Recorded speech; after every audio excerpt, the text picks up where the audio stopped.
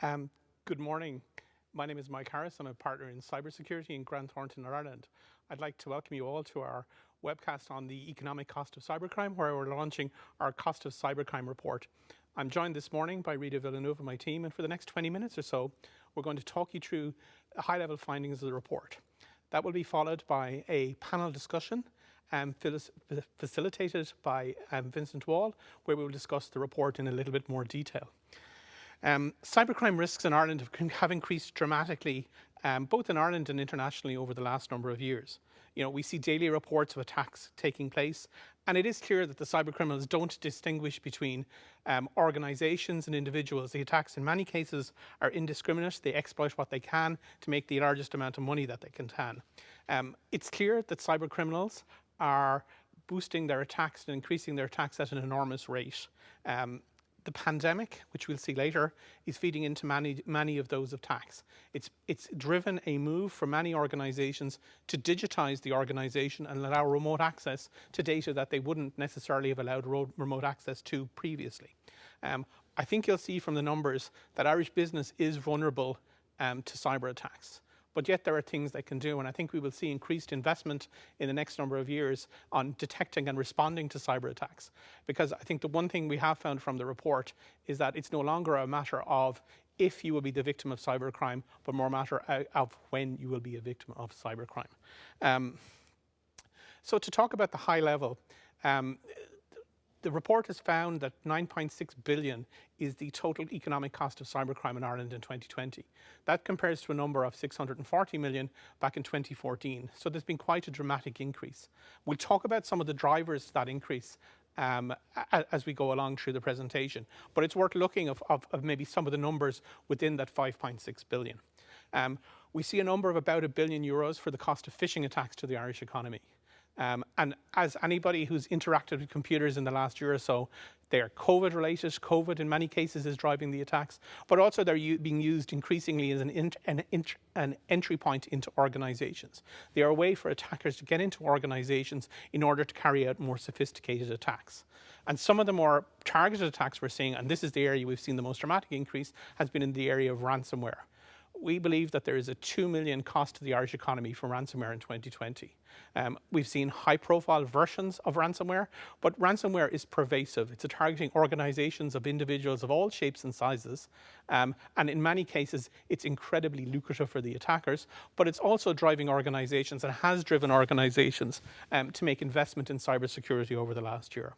That increase in ransomware is also, I suppose, supplemented by increase in the cost due to computer viruses. You know, we go back 5, 6, 7 years, everybody thought computer viruses were dead.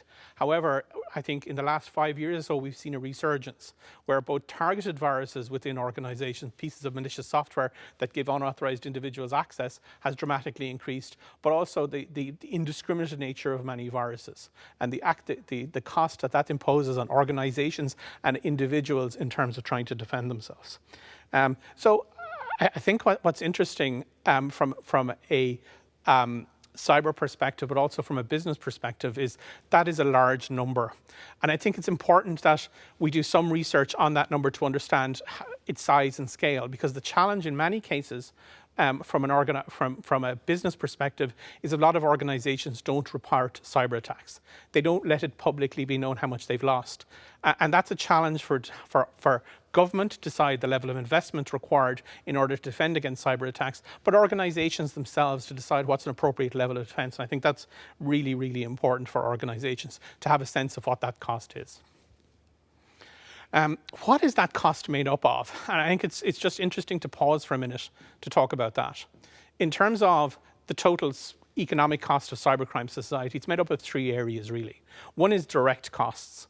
So this is the cost of the cyber attack itself. It may be the amount of money that's stolen. It may be the value of the credit card data or data that is stolen. It may be some regulatory fines that are associated with the data breach. It may include the cost to put the systems back the way they were before the attack happened. So that's the direct cost. Indirect costs are a little bit more intangible.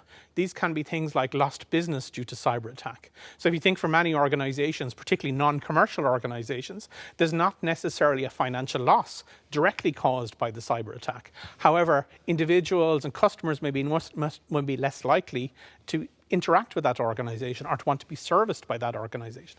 And that has a cost associated with it. And the third category of costs is really around defensive costs. So what does it cost organizations to protect themselves? How much money are they spending? I mentioned already that organizations need to be thinking about what they will do in the event of a cyber attack, what processes and technologies they will have in place. There's a cost associated with that, and that cost is rising. And all those costs really make up that 9.6 billion cost of the Irish economy of cybercrime that we've seen as part of this report. I want to talk in a little bit more detail, maybe just around the cost to business and the challenges for many organizations. I think it's no surprise that cybercrime costs businesses money. It's increasingly, in fact, it is now the cost of doing business. Whether you want to interact with your customers online, whether you want to automate or digitize your business, it becomes much more of a challenge. And as I said, the two big issues from a business perspective are around ransomware and computer virus attacks. The report finds that ransomware attacks have more than doubled in the last 6 years, which is no surprise for anybody that's working in a corporate environment. But in addition, the nature of the ransomware attacks has changed. They become increasingly sophisticated. They become, in many cases, increasingly targeted, although there are still indiscriminate cyber attacks that we see out there. Ransomware now have modus operandi where they do a so-called double dip attack. And I think we'll all be familiar in Ireland with this because of recent events. They take away access to your data. They charge you or extort you to get access to your data back, but they also take a copy of your data.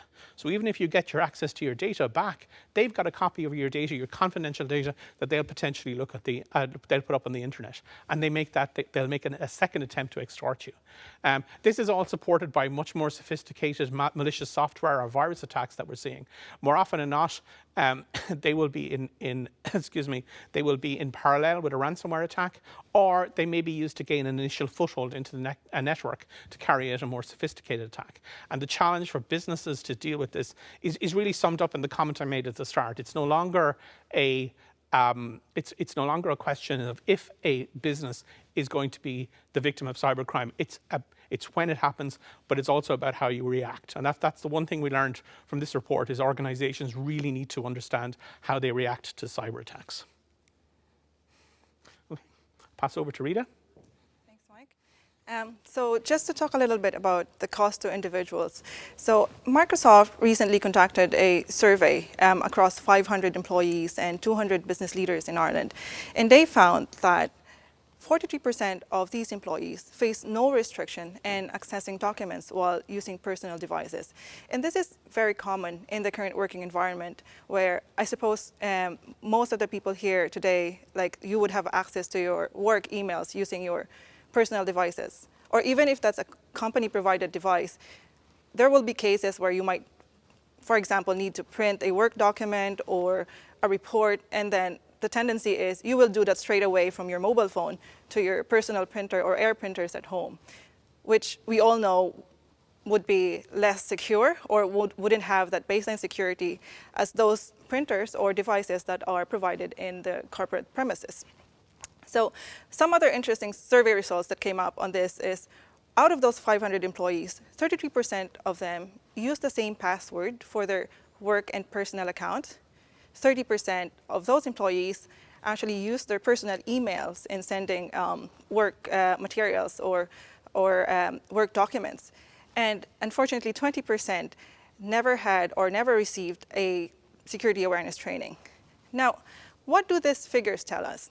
So these figures are actually reflective of the massive impact of the lack of security awareness of individuals and how this affects their organizations as well as their personal security. As we all know, people are almost always the weakest link in the cybersecurity chain. And in fact, there's some truth to that, in that more than 90% of reported breaches to date actually can be traced back to either human error or it's just, unlawfully sharing or unauthorized disclosure of sensitive data. So, and that actually has so as it turned out, At the moment, we have a number of measures for the cost to individuals. But one of the most prevalent is the cost attributed to debit and credit card fraud. So financial impact, which costs about 12 million. This is just a half-year figure recorded for 2020. And there could be more that you can find in the report in terms of the measures, in terms of the cost to individuals. So, and during the rise of the pandemic, in the last 2 years, the most prevalent attack that actually just rose to fame could be the phone-based scams, for example, smishing or phishing. It really depends on the mode of delivery. It could be a text, voicemail, or phone calls, for example. Pretending to, for example, you get a text, a random text for a pending delivery, or someone texting you or leaving you a voicemail about you're winning in the lottery or whatever. Or it could be some authority or pretending to be people in authority asking you to pay some amount of money over the phone, or for example a link to the website, which we all know we shouldn't be clicking, right? And this has a relative effect also to the government.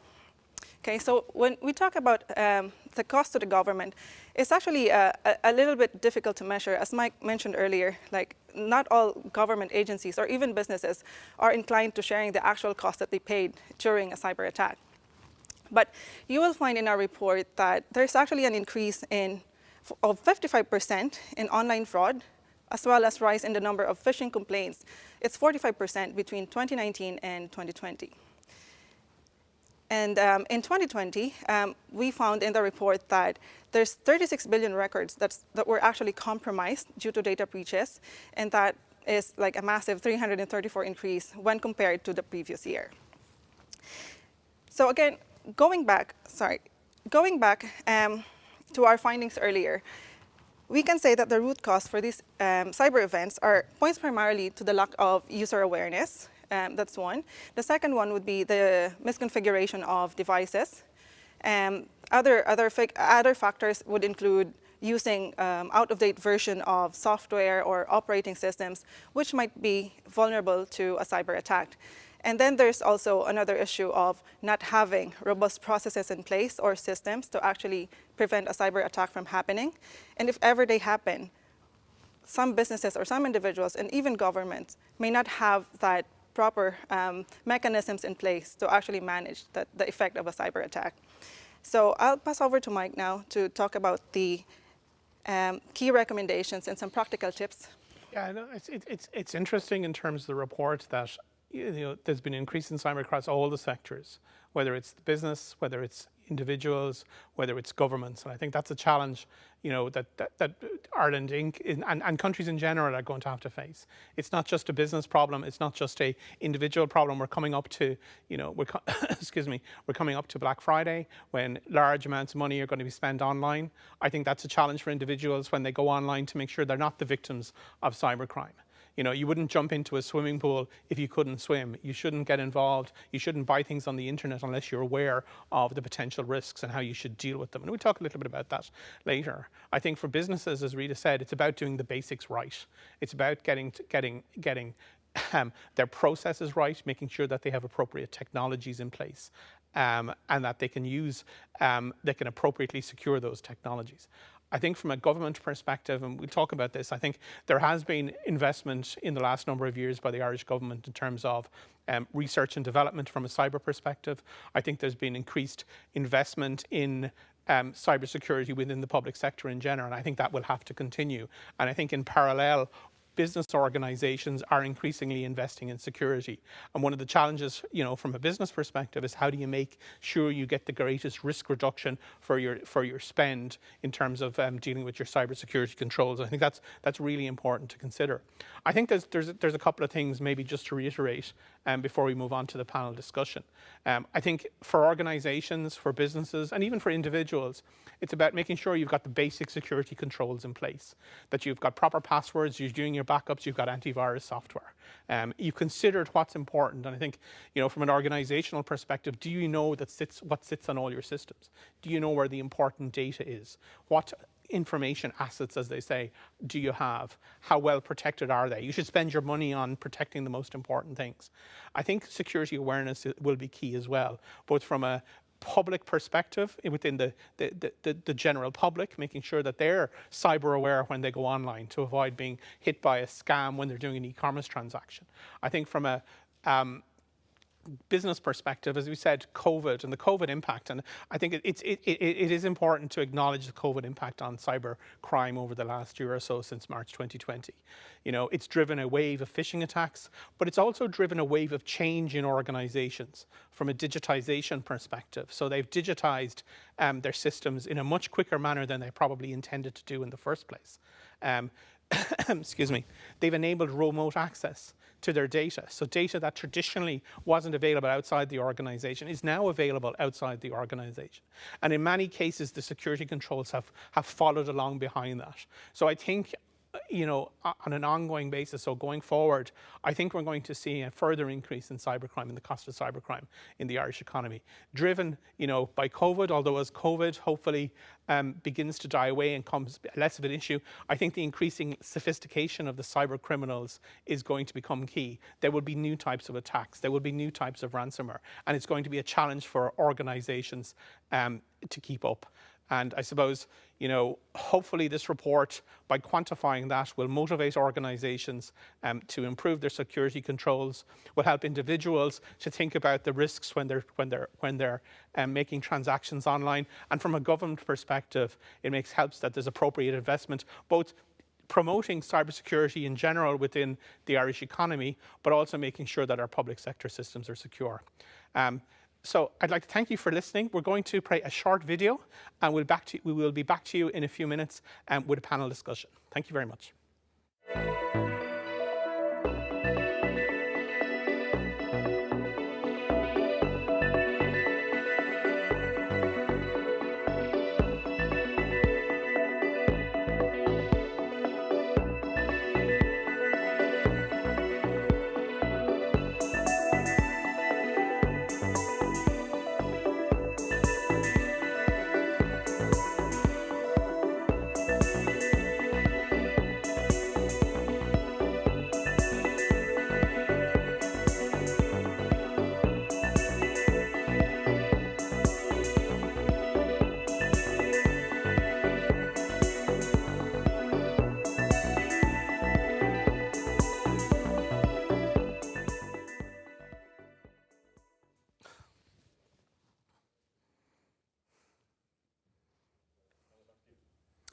Welcome back, everybody, and thank you to Mike and Rita for that, I think, very stimulating presentation just there before the video, and we're going to elaborate on that in our panel discussion now. Vincent Wall is my name, as Mike said, and I'm delighted to be here this morning. And apart from Mike and Rita, whom you already met, we have two other specialists from Grant Thornton on the whole area of cybercrime, raring to go as well, Howard Short and Martin Elliott to my left. So we'll be involving all four, and crucially, I have an iPad here to get your questions in on any aspect of what we're talking about or your own questions about cybercrime. So please do get them into us and we'll pass them on to the panel when they come in.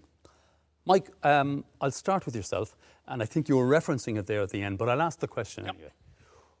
Why bother trying to quantify the cost of cybercrime to the Irish economy generally? 9.6 billion euros, you said, last year. Why bother? What difference does that make, really, putting a quantity on it? Yeah, I think it's important to say that there is limited information out there around the cost to the Irish economy. But what I do think is, we talk about cybersecurity, we talk about the need to invest in cybersecurity. I think this is an attempt to maybe quantify that need for investment.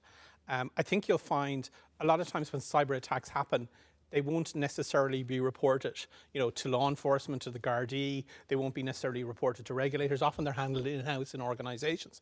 So there's a lot of sort of the sort of dark cybercrime that tends to carry out that nobody knows about.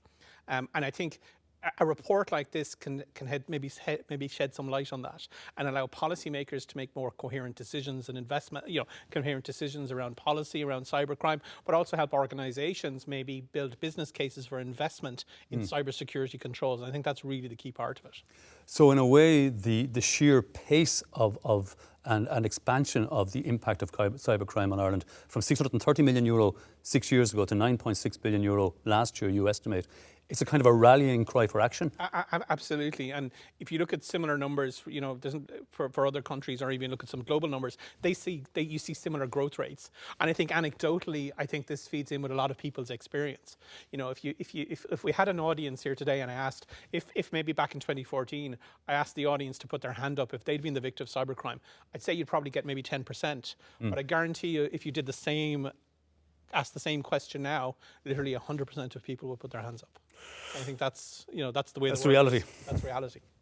Rita, in your chat with Mike earlier, and I think Mike reinforced it as well, the kinds of measures, the kind of basic measures every business in particular needs to put in place now in terms of knowing where their assets are, knowing the most vulnerable assets, directing their investment and their defences against cybercrime to protect those most vulnerable assets, be it data, be it machines, whatever. I presume, though, one of the most basic strategies, the most basic strategic strategies of defence that any business can have is just training of their employees. Exactly. Yeah. So So there's no, as I said earlier, people are always, almost the weakest link in the cybersecurity chain. So no matter what technology you have in place, you might have all your assets lined up. You know exactly what you need to protect and how to protect them. But if your employees who are actually processing, accessing, or even creating those data don't know how to protect them, then all of those measures will be nothing. And are you surprised by what's come up in the report? Still the level of lack of training, effectively. Yeah, I suppose not surprised at all. It has always been a challenge, because you can only do so much from your end. Even us, we're conducting security awareness training, very targeted ones, for example, to the board, to the general users, but you still couldn't get them. I think the most recent events are, eye-opener, but I think we're still struggling to have that cyber-aware mindset, the culture itself. It's sort of like a challenge always in most organizations. Yeah, and it's really interesting to see, in terms of training your general staff. It's very hard to get that level up, and you can test these things by sending test phishing emails out into an organization and see how many people click on it. And getting that number down to 20% is really hard to do. Yeah. But that still means that 20% of your organization are likely to click on the link on a phishing email. And then you you take it all the way back up to board level. You look at boards. Boards are generally aware of cyber, but what they're not so good at is knowing what questions to ask management to make a judgment that the organization is actually doing the right things from a cyber perspective. That's the challenge. And Howard, I suppose we've talked about that human beings, unfortunately, can be the weakest link in a defence against cybercrime, and that's primarily where through something inadvertent, like misdirecting an invoice or whatever, accidentally. But unfortunately, we also have to say that there can be maliciously motivated employees in every organisation as well. Absolutely, Vincent. And we see that time and time again where the factor of weakness or the vector that's used to actually get into an organisation is a weakness in how the system is constructed. So we have the weakness not just at the human element, but also within the technical defences that organisations have. So sometimes you don't have the ability to control when a user clicks on a link that the access to that URL is then resolved. So when we don't have those facilities in place to filter that out, then we can create damage and weaknesses to the organisation. So we need to make sure that our defence is not just at the human level, but also at the technical level to the perimeter of the organisation. And I presume for government and businesses, the huge increase in digitisation over the last 6 years since you did the last report has brought huge benefits to organisations, but also increased the vulnerability, increased the potential for organised attacks. Absolutely, and what we see is a lot of organisations are very good at publicising their information, getting their information out there. There is a massive trend of digitising everything and making this information available to everybody from anywhere. But that, of course, opens risks and avenues of attack for a determined cyber criminal.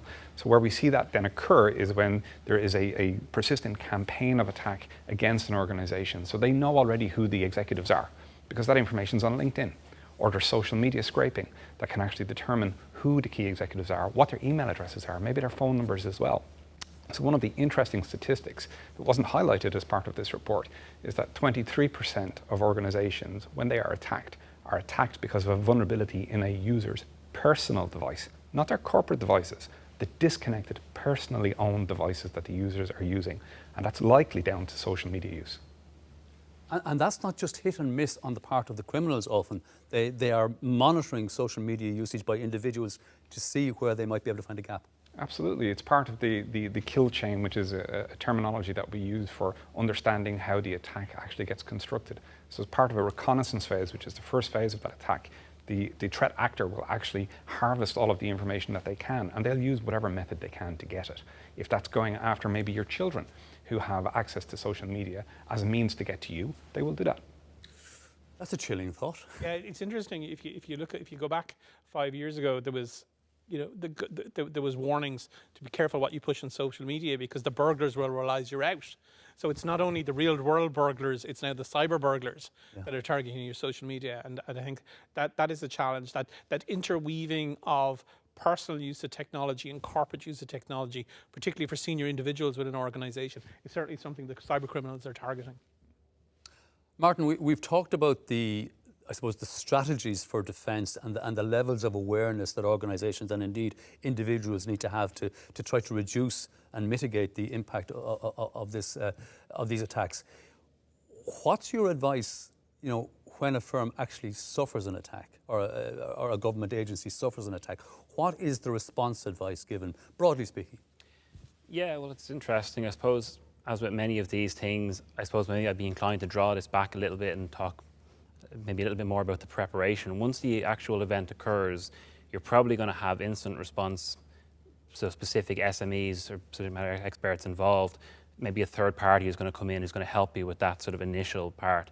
So what I would say is make sure you're getting your ducks in a row beforehand. So you want to make sure that you know who those key stakeholders are in your organization. You have the policies in place. You know how you're going to maintain communications, which is especially important at the moment during sort of COVID times when we're not all sitting in an office together, and when you're having that sort of response sort of environment or that sort of response team set up, you're not going to be able to just sort of lean over to your colleague and sort of have that information shared.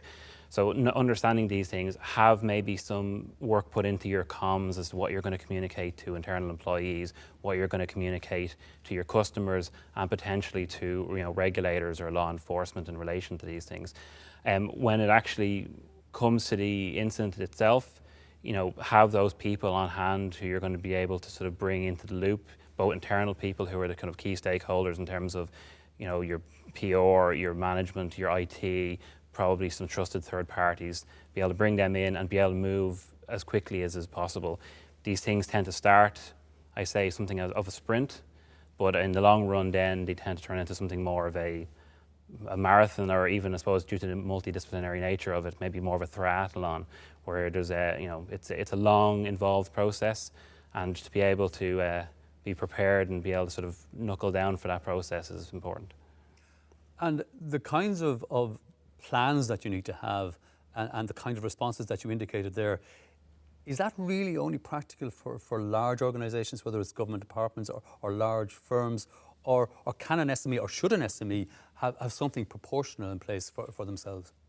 So for a sort of small, medium enterprise, it's going to be somewhat different in terms of what they can possibly look at, and the attack surface that they're going to be exposing will not be quite the same, so the mitigation efforts and the like will be different. But there's always something that anyone can do of any scale, or it's going to have to be somewhat tailored to their environment, but it's certainly not purely the remit of your sort of large corporate organizations to be prepared for incidents, because as I think as Mike mentioned earlier, these things are pervasive. The criminals don't care if you're big or small, so you need to be prepared regardless of your own profile. Coming back to you, Mike, one of the reasons, I presume, why cybercrime in the past certainly has tended to be underreported is that sometimes businesses, organisations aren't aware that they've been attacked. Explain that to me.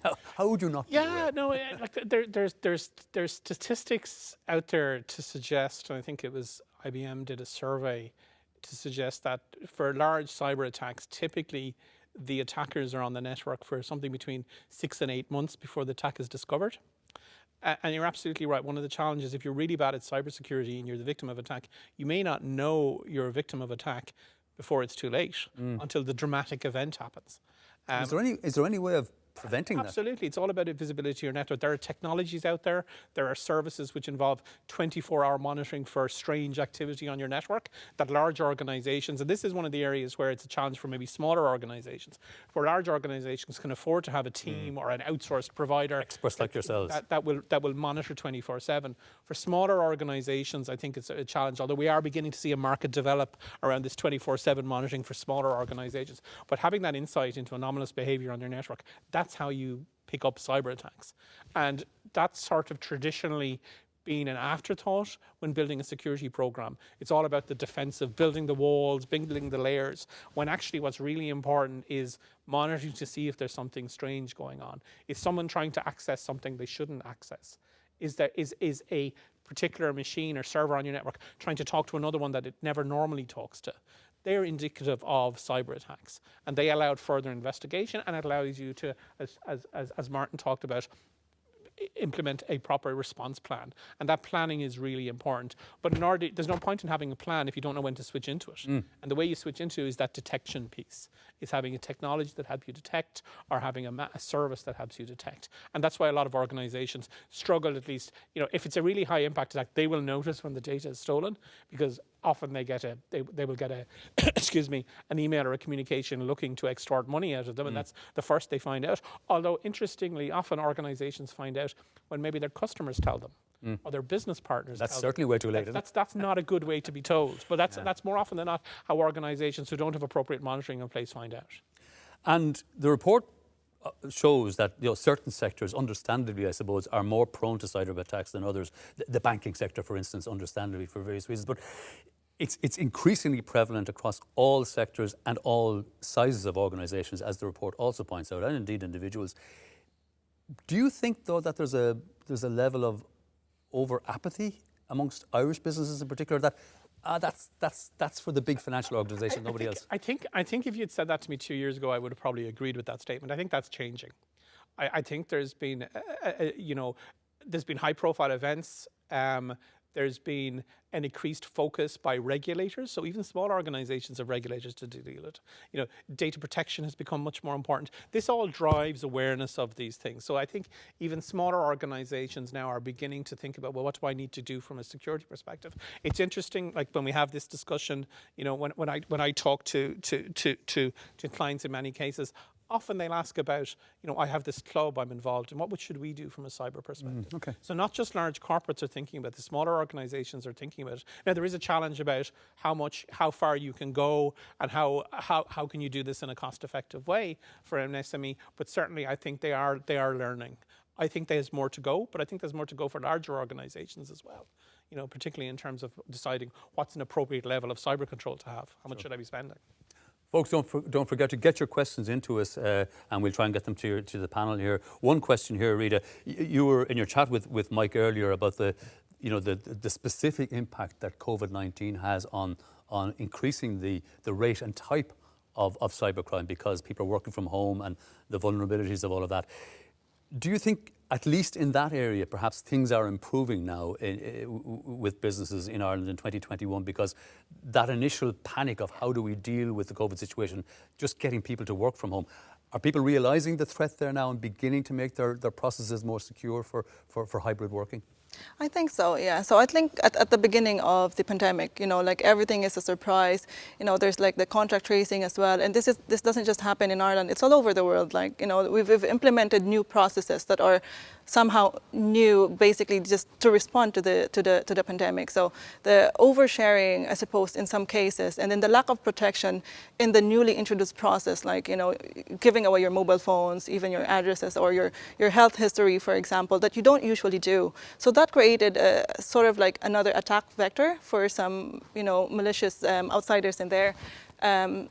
But in the months that came, I suppose like people just get more and more aware, like, they see in the news, like, oh, this all events are happening, I shouldn't be getting all this text, like even just the random phone calls that you get telling you that, oh, I've got access to your PPS number. It's just creating some scare, but Also greater awareness. Hopefully. Exactly, yeah. So like, people tend to share it with their community, their friends and family. And so they also get aware that, look, these things are happening. There's also some reinforcement by the government in terms of awareness that, if you get suspicious emails or contacts from anyone that you don't know, an unexpected contact, for example, email, or any type of contact that you don't expect, then don't pay attention to that, because at the moment we're facing this during the pandemic. But yeah, no, I think there's some learning that has happened throughout, like in the last, say, 18 months or so.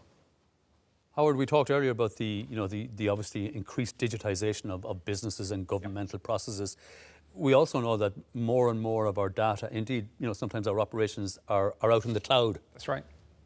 Because to my secular eye, I would have assumed that the cloud and the operators of the cloud provide a certain level of security protection.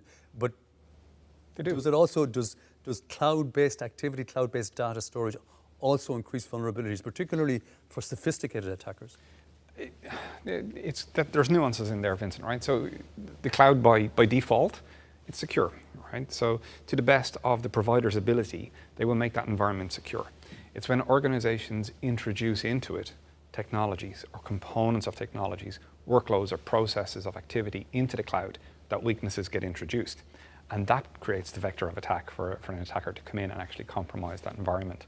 So a cloud isn't impenetrable, right? It can happen. And there are known attacks within the cloud infrastructure as well that can actually circumvent the technologies that are in place and the security that is in place to allow those compromises to occur. But it's the protection in totality, the holistic view of how you're going to protect that environment. And I think there's an element of resilience built into cloud as well. So a cloud is broken up into different regions around the world. So if your cloud data center goes down in Ireland, you'll fail over to a cloud data center within Europe as a means to protect and keep that business running. So now you're talking about business continuity, business resilience, and disaster recovery, and how you can maintain your business operations in the event of those things happening. So it's almost like a medieval castle of old. You can build a strong walled castle on top of a hill and it'll keep most attacks out. But it's the guy who comes across the drawbridge too. Yeah. It's even more specific than that. You can outsource the castle, but if you're still controlling the drawbridge yourself and you leave it open, that's not the cloud provider's fault, that's your fault. It's your fault. Yeah. Yeah, it's a very traditional way of thinking about security, is where you have the castle and the moat in front of it and the drawbridge. But the perimeter of most organizations is now in your pocket. Right, your mobile phone. That is a vector of attack now. So we're seeing ransomware occur on a mobile phone. And that's probably more damaging than if ransomware was to occur on your work PC, right, on a personal perspective. Martin, I've got a question here, and it's a Leaving Cert honours question, I'm afraid.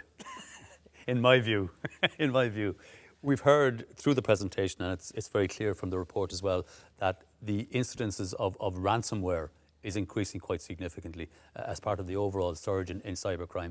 And this is where, as we know, criminals effectively threaten, blackmail you, either that they'll do something with your data or your material unless you pay. What is the advice to organizations that have been attacked in ransomware? Because it's not always clear cut, is it? Yeah, well, I suppose maybe the primary thing people might be having in their head is, do you pay the ransom? Which is, I think that's what the questioner's getting at. Yeah. Obviously, at this stage, I mean, in the past, there were maybe more obvious technical, not remedies per se, but maybe avenues that you could go down in terms of trying to get past, a ransomware attack in the past. Before the sort of commoditization of ransomware, it wasn't so advanced, and you maybe had a possibility of being able to, say, extract the key from the computer that's currently being encrypted. But yeah, these days it tends to come down to whether or not you're going to pay, rather than whether or not you can find some easy method of decryption. And I suppose there's a lot of questions there that are going to have to be tackled with by the organisation in terms of, what's your regulator going to say about this? What's your insurer going to say about this? What kind of reputational effect is this going to have? Do you really trust that the decryptor, if it's applied, is going to perform the job that it's meant to perform? And even if it does so, will it provide some kind of backdoor or other kind of issue within your environment? So there's a lot of potential sort of caveats, and also reputation not only with the normal world but with the underworld, in terms of just then put you down as an easy mark for the future. So will you be more susceptible to attacks. So, I mean, it's not really a decision, I suppose, that we can make for others, but there's definitely an awful lot of nuances in there, and you know, a lot of food for thought. Particularly well handled, if I may say so, Martin. I think you want to come in on this, Mike, because it's clear from the report, or sources that you quote in the report, They do pay, people pay them. Up to 60% of businesses are paying. And it's interesting, like, the stats out there do put the amount, the payment levels at being, you know, quite high. They talk about 60% of organizations. And I think it can vary. I think it's a dangerous game, because you don't know, you know, more often than not, well, at a very, very basic level, the software that the criminals use, that they wrote to do the encryption, is typically much more efficient than the software they wrote to do the decryption. So it's likely to be a lot slower to decrypt. So it may be so slow as to be not all that useful to you. You know, the regulatory element, I think, is understated. You know, there's bribery and corruption acts, there's money laundering. You know, you're paying money to people you don't know. In some cases, quite an amount of money. So the regulatory impact can be quite large. And, you know, I just think a lot of those organizations certainly didn't consider all the possible implications of making the payment, and I'm bluntly not convinced that the payment will get you to where you want to get to anyway. Well, at a practical level, either Mike or Martin or any of you, at a practical level, you referenced the increased level of double dipping in ransomware. Yep. So that even if you pay up, they may have a copy of that. Exactly. There can be 4 legs of that same chair, Vincent. So the first is the ransomware encryption of the files on the network, and the extortion attempt to release the key. The second is the data exfiltration, and then holding that to further ransom. But there's 2 additional prongs, okay? That being a distributed denial of service attack if you don't pay. So you start to bring down your front-facing services and make it inaccessible to other users who wish to use your service. And the fourth is where they actually inform your customers, and your customers then tell you that your data has been held to ransom and you better pay because I don't want my data released. So your customers are at fear of their data being released by the ransom on your service. But given that holistic level of threat that you outlined there, Howard, isn't it kind of understandable? People are trying to decide between the devil and the deep blue sea. Yep. You're damned if you do, you're damned if you don't. So it may not be the right thing to say, but you can understand why businesses pay up. Yes, you can, but I think there's moral and ethical issues as well as legal responsibilities, which can actually damage you into the future if you do pay. I would personally prefer a legislation that says don't pay. Yeah, like ultimately for organizations, it comes down to a judgment call, particularly large, complicated organizations. At some stage, you're going to be all sitting in office going, okay, we now think we have an understanding of the steps we need to go through to get stuff back. And at least to get the key stuff back, because some stuff you'll never get back. And maybe you actually don't want it either, because it's a good way of forcing you to modernize IT sometimes, a ransomware attack. But on the other hand, then you're making the judgment, well, if I pay the ransom, will it be quicker? Will it be more efficient? And I struggle to see how you can answer yes to that in any reasonable situation, to be blunt. Okay. You know, if you've properly gone through a process and properly understood, both from a technical side of how much it's going to take to get stuff back, the potential regulatory and other, you know, operational implications of paying the ransom, and considered all of those, it's a hard argument to make in my view. Rita, you know, a lot of people looking in this morning or talking to other people say, I understand the threat, you know, I understand the growing level of the threat, and this puts a number on it, and it's only going to go one way, unfortunately. But is the cost of putting protective systems and having, you know, consultants and advisors in to help me, is the cost worth it? I suppose so. So just to answer that, there are mechanisms available out there, you know, that's actually for free. The National Cyber Center have the self-assessment tool that you can do, so just to understand where you are in terms of your maturity in cybersecurity. So that's worth repeating. So the government's National Cyber Center has a menu of actions you can take. That's true, yeah. So they have the self-assessment tool that I suppose this is required for the operators of essential service, but any company could also do that, even if they're not regulated. So, but then this gives them a sense of their maturity to, you know, what level of controls do you have in place. There's also some specific guidance in terms of managing a ransomware, for example, like specific attacks. But I would suggest like each individual, or each company would do their own self-assessment. It is based on a NIST framework, so it's a US framework that they have adopted in there, but at least you would have an idea on how do you fare in terms of identification of your assets or identification of risk. Okay, so you have your identity, your protection in place, your detection, and then your response and recovery. So that then will give you... It gives you a framework to work Exactly. So that's basically a framework that would give you an idea of how mature you are in terms of the level of implementation. And then once you know the gaps that you have from those baseline, then you will have an idea, or you put a strategy in place to basically bridge the gap between your point A, wherever you are right now, up to the target risk profile that you want. So for example, it's a tier 1 to 4. So tier 1 would be the lowest. So if you say, like, you know, I'm on 1.5 right now, and I want to be tier 3, for example, that's the repeatable model. You have your processes in place. You have certain controls or defined controls in place. So do that and have some list of key actions that, you know, that would put some level of controls in terms of combating a cyber attack. And then, you know, that at least would have some assurance that, you know, you're doing the right thing and you're putting your investments in the right place. Yeah, and I think you maybe alluded to it already, is for a lot of organizations, this all seems very expensive. Like, the challenge is that it's now the cost, I've said this a couple of times, it's the cost of doing business. You have to do cyber. Yeah. So depending on the size of our organization, you might hire the skills in-house. So you might say, okay, I have to have IT people, I have to have some security people to help protect us. And that's fine. There are other organizations, maybe they're too small for that. But that's when consultancy can be very good, because you hire somebody for a short period of time to get up the level within the organization and help change the culture, etc. So there are options for organizations in terms of how they best deal with the threat, and that has to be proportional. You know, as the guy said, to the size, scale of the organization, the nature of their business. You know, if you're moving money around in financial services, obviously the risk is going to be higher.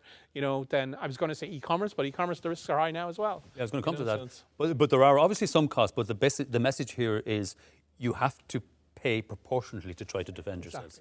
Well, you protect things to the value they're worth. Yeah. I think if we use that message, I think it's a more meaningful message to an organisation. It doesn't automatically mean you're going to be faced with a multi-million euros security bill or consultancy bill in order to protect your organisation. If you can evaluate what is the most important asset and the most critical use of your information, then you can protect it to the value that it's worth. Good advice. Martin, how do you convince an organisation that has been attacked, you know, to report it, given the reputational damage they suspect they're going to get by just actually acknowledging that they've reported? Well, I mean, would you always recommend that they report it, or have organisations a legal requirement to do so? Well, based on GDPR, they're going to have a requirement depending on the nature of the incident. Obviously, if there's some sort of effect to private information related to customers, for example, then they're going to have a regulatory requirement to report that. That wouldn't normally be something that would be sort of driven out of what I would be working on specifically, but obviously, yeah, there are requirements for organisations for that. Yeah, there are some lawyers would argue that there is a general reporting requirement, although other lawyers would argue that there maybe isn't. But certainly, you know, I think from a one, in terms of getting assistance, because there is assistance out there, particularly when you have large-scale cyber attacks. You know, from a law enforcement perspective, you know, they need to know what attacks are happening. So the guards would like to know everything. Guards absolutely want to know and should know. You know, because that way they can best investigate and best understand if there is, for example, a pattern of behaviour that they're seeing out there. Whereas if people don't report, you're not going to see that. I think that for me would be the fundamental reason, because you know you might be the victim today, but the next time, you know, there may be a piece of information or an advisory that goes out there, whether by the guards, and saves you from the next attack. You know, and you don't get that advisory unless the guards can get the information. Yeah. You talked in your presentation, Mike, about the 9.6 billion euro estimated cost is government, businesses, and individuals. Overall societal cost. You kind of made my ears prick up there when you were talking about, you know, don't get into the swimming pool unless you can swim. Yeah.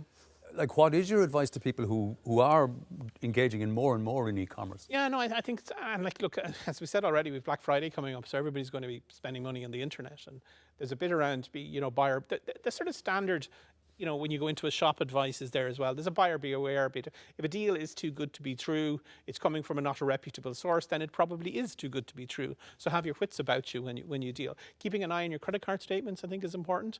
You know, looking for, are there transactions there? And in fairness to the financial institutions, they've got much better at capturing, we've all got those texts, so they're capturing a transaction that wouldn't necessarily be normal. In some cases it is you doing something maybe you don't normally do, but sometimes it's something that it's criminal activity. So checking your credit card information I think is key as well. Making sure if you've got online e-commerce accounts, we mentioned I think as part of Rita's presentation around sharing passwords. Yeah. Don't share passwords across different accounts on the internet. That's probably the #1 issue that people have in securing online accounts. You know, so it's and dealing as much as possible with reputable vendors. And the other thing is potentially using non-credit card related payment methods. I personally use Apple Pay and just greater level, etc. level of it security. Just takes that level of abstraction. So if one side is compromised, it doesn't necessarily compromise your card for a load of sides. Yeah. And that's an important thing. It's built-in resiliency, Mike. Yeah. Built-in resilience. I suppose don't always go for your date of birth in terms of a pass card as well, or your wife's date of birth, or your spouse's date of birth, or the word password. Oh right, is that a? Yeah, that's the thing. Martin, we were talking, and Howard in particular was talking there about, you know, the various levels of threat from digitization, moving to the cloud, and that. I presume an organisation also needs to be mindful or aware of all their other stakeholders, like suppliers. There could be a threat coming from suppliers. Yeah, anyone who sort of exists within that sort of flow, anyone who's upstream or downstream from you, who has that sort of business relationship with you, they can very often be the sort of pathway or the avenue in. We sort of see this with, say, software related to like SolarWinds or the like, where you get some infection within a sort of software deployment mechanism. The software is deployed down to other organizations, and that's sort of the vector in.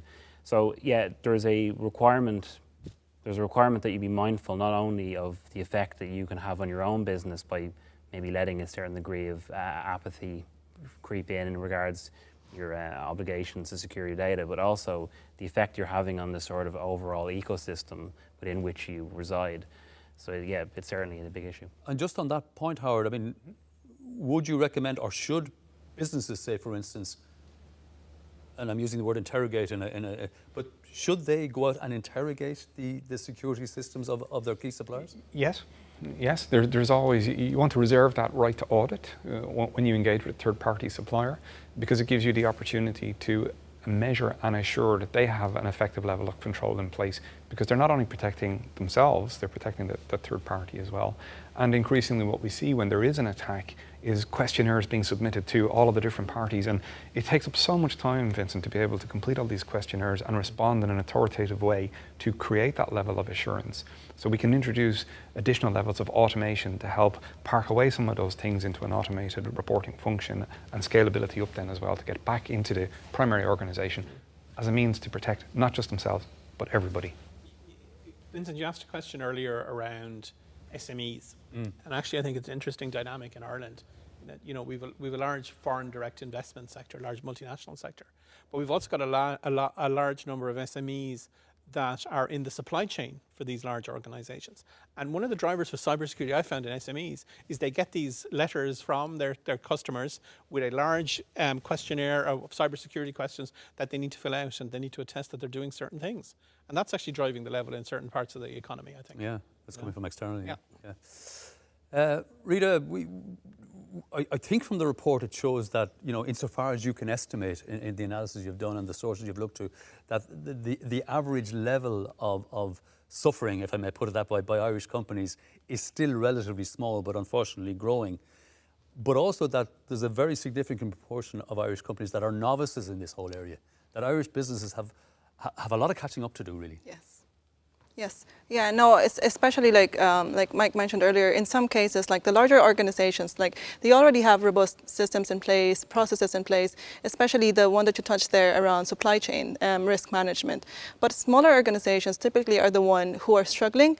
And in some cases, some of these organizations are actually just not aware, and these are the organizations that we're talking about are the one mostly outsourcing their services because they're small enough, they can't afford to hire full-time employees to do all this stuff, so they do outsource.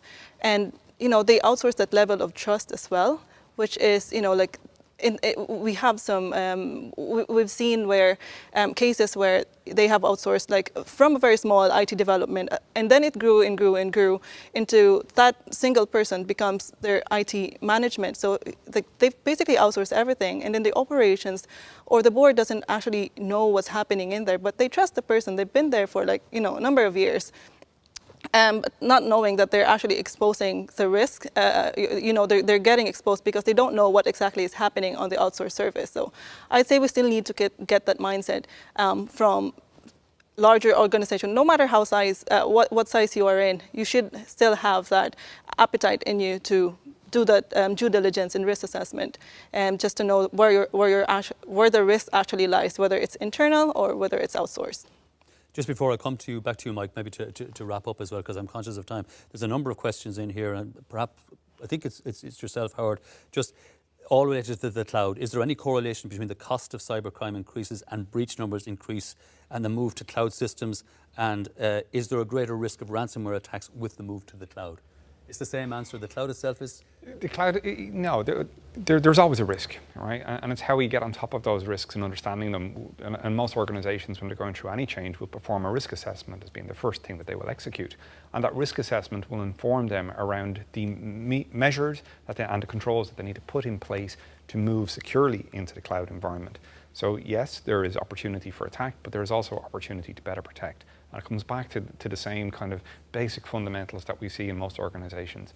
Raising awareness is the very first thing that we want to do, and I think this report sets that out very clearly. It's raising awareness of the cost of cybercrime, which comes from making mistakes either in configuration or human error.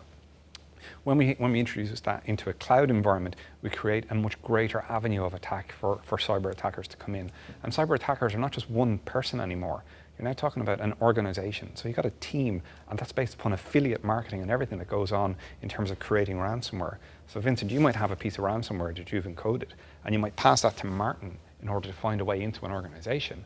And then you create a split fee for when that ransom is paid. You'll take a portion and Martin will take a portion. So you're dealing with not just one individual anymore, you're dealing with organizations that are practiced in getting this done, and they will find a way into your organization, be that in the cloud or into your physical premises. You're a bundle of laughs this morning, aren't you? Sorry. Two specific questions, Mike, and then I'm going to put a last question. There's a shortage of cybersecurity professionals in Ireland. You guys are in a small area. What can we do to encourage more people to choose cybersecurity as a career? And secondly, what is the value of insurance against cyber? Would you recommend it? Okay, maybe I'll take, or maybe I don't know if someone else wants to take the insurance one. The lack of cybersecurity professionals is a challenge. It's a challenge not just in Ireland, it's a challenge internationally. I think one of the things universities could do is they could actually teach cybersecurity as part of undergraduate programs, which they don't consistently do at the moment. I think that would be very powerful. And I think the other part of it then is, I think cybersecurity as an industry needs to sell itself a little bit better. I think in terms of getting new people in terms of diversity and all these things, I don't think it's done a good job down through the years. So in terms of getting more people in, I think it has to look at itself as well. But certainly I think the universities and the undergraduate teaching of cyber is somewhere where we could really start. I don't know if anyone's got anything to add to that. Maybe just on the insurance one, if we can just close out that question as well. There's always value to insurance, right? Because it gives peace of mind until you go to make a claim. And when you go to make a claim, then things start to become a little bit difficult, because within the insurance providers as well, ransomware is a particular event that is catastrophic to an organization. And in the event of it happening, and this comes back to the whole moralistic and reputational damage that you can do with paying a ransom, the insurers can take on board that whole activity. They can put in place a broker to negotiate payment, and they can make it all happen quite seamlessly and then cover your losses. But in order to get to that, the premium that you will pay will be quite significant, and it can be beyond the value of the data that you've lost. So we have to measure what the value cost is, measure its criticality to the organization, and protect it at all costs to the value that it's worth. That sounds like the kind of question everybody needs to ask when they take out insurance about anything, but it's a valid point. Mike, I'll pan back to you to sign off. Vincent, thank you very much. I'd like to thank the panel today. So Rita, Howard and Martin. I'd like to thank Vincent for his excellent facilitation of the panel discussion. I hope you've all enjoyed the panel discussion. I'd like to thank everybody who's tuned in online to the event. We're very, very grateful in terms of the interest in the report. As I said, there's copies of the report available for anybody that wants to see it. And again, if you have any further questions, you can contact us directly. So and again, I'd also like to thank both our marketing department and actually Visual X for this fantastic setup, and you can see the screen behind us. I think it's really done well from a graphical perspective. So beyond that, I'd just like to thank everybody for taking the time to watch and participate in the event, and we look forward to speaking to you again. Thank you very much. Thank you.